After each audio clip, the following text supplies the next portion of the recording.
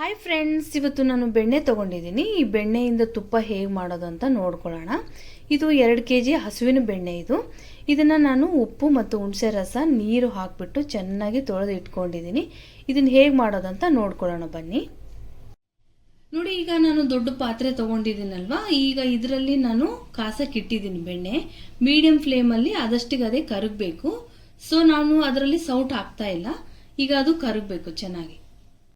ನೋಡಿ, ಈಗ ಬೆಣ್ಣೆ ನಿಧಾನವಾಗಿ ಕರಗ್ತಾ ಇದೆ. ನೋಡಿ, ಇದು ಮೀಡಿಯಂ ಫ್ಲೇಮಲ್ಲೇ ಇರಲಿ, ಯಾಕಂದರೆ ಬುರುಗ್ ಬರ್ತಾ ಇರುತ್ತೆ, ಉಕ್ಕಿ ಹೋಗೋ ಚಾನ್ಸಸ್ ಇರುತ್ತೆ. ಉಕ್ಕಿ ಹೋಗಬಾರ್ದು, ಅದಕ್ಕೋಸ್ಕರ ಮೀಡಿಯಂ ಫ್ಲೇಮಲ್ಲಿ ಇಟ್ಕೊಳ್ಳಿ.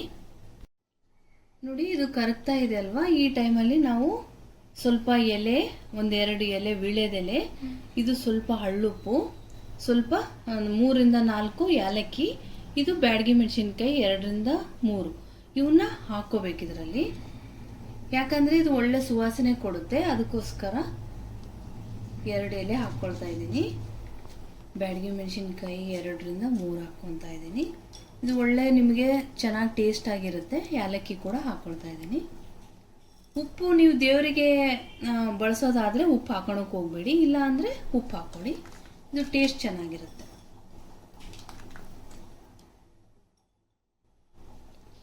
ನೋಡಿ, ಈಗ ಚೆನ್ನಾಗಿ ಬೆಣ್ಣೆ ಕರಗ್ತಾ ಇದೆ. ನೋಡಿ, ಈಗ ಕುದೀತಾ ಇದೆ ಚೆನ್ನಾಗಿ. ಇದು ಇನ್ನೂ ಚೆನ್ನಾಗಿ ಕುದಿಬೇಕು. ಈ ನೊರೆ ಎಲ್ಲ ಸ್ವಲ್ಪ ಸೈಡಿಗೆ ಹೋಗುತ್ತೆ. ನೋಡಿ, ಬೆಣ್ಣೆ ಚೆನ್ನಾಗಿ ಕರಗಿದೆ, ಚೆನ್ನಾಗಿ ಕುದೀತಾ ಇದೆ ನೋಡಿ. ಸೊ ಈ ಸ್ಟೇಜಲ್ಲಿ ನಾವು ಸೌಟ್ ಹಾಕೋಣ. ನೋಡಿ, ಈ ಥರ ಕಲಿಸ್ಕೊಳ್ಳಿ,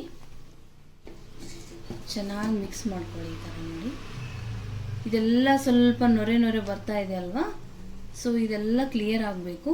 ಇದು ಹಾಗೆ ಮೀಡಿಯಂ ಫ್ಲೇಮಲ್ಲಿ ಕುದಿಬೇಕು, ಇನ್ನು ಚೆನ್ನಾಗಿ ಕುದಿಬೇಕು. ನೋಡಿ, ಚೆನ್ನಾಗಿ ಕುದೀತಾ ಇದೆ.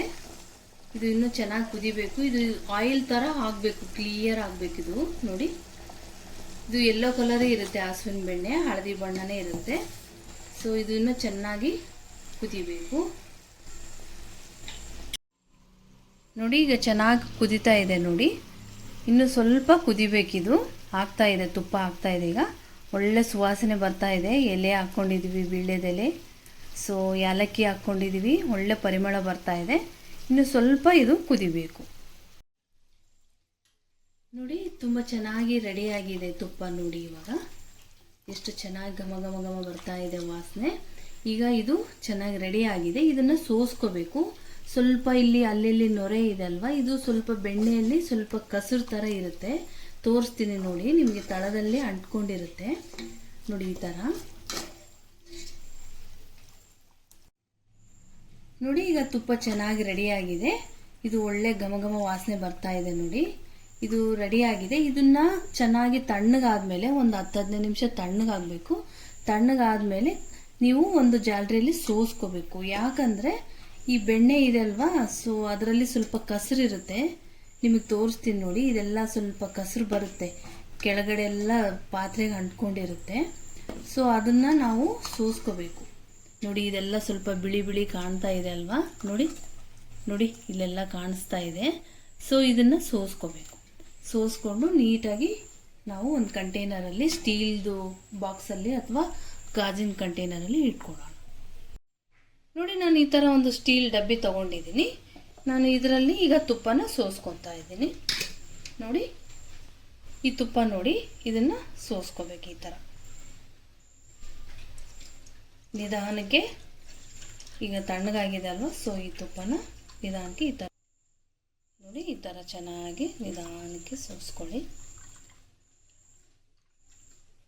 ಸೋಸ್ತಾ ಇರಬೇಕಾದ್ರೆ ಒಳ್ಳೆ ಘಮ ಘಮ ಬರ್ತಾ ಇದೆ ತುಪ್ಪ, ತುಂಬ ಚೆನ್ನಾಗಿರುತ್ತೆ.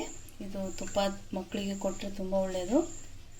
ಚೆನ್ನಾಗಿ ಎಲ್ಲರೂ ತಿಂದರೆ ತುಂಬ ಚೆನ್ನಾಗಿರುತ್ತೆ ಟೇಸ್ಟ್. ಇದು ನೋಡಿ, ಹೆಲ್ದಿಯಾದ ತುಪ್ಪ ರೆಡಿಯಾಗಿದೆ. ಇದನ್ನು 5-6 ಮಂತ್ ನೀವು ಸ್ಟೋರ್ ಮಾಡಿ ಇಟ್ಕೋಬೋದು, ಏನೂ ಆಗೋದಿಲ್ಲ. ಒಂದು ಅಚ್ಚು ಬೆಲ್ಲ ಅದರಲ್ಲಿ ಹಾಕಿಟ್ಕೊಳ್ಳಿ ಅಷ್ಟೇ. ಫ್ರಿಜ್ಜಲ್ಲೆಲ್ಲ ಇಟ್ಕೊಳ್ಳೋಕೆ ಹೋಗಬೇಡಿ. ನೋಡಿ, ಈಗ ಒಂದಿನ ಆಗಿದೆ. ತುಪ್ಪ ನೋಡಿ ಮರಳಾಗಿ ಎಷ್ಟು ಚೆನ್ನಾಗಿ ಬಂದಿದೆ, ಮರಳುಗಟ್ಟಿದೆ ನೋಡಿ. ಈ ಹೆಲ್ದಿ ತುಪ್ಪ ನಿಮಗೂ ಕೂಡ ಇಷ್ಟ ಆಗಿದ್ರೆ ಖಂಡಿತವಾಗ್ಲೂ ವಿಡಿಯೋ ಲೈಕ್ ಮಾಡಿ, ಸಬ್ಸ್ಕ್ರೈಬ್ ಆಗೋದು ಮರಿಬೇಡಿ. Thank you for watching.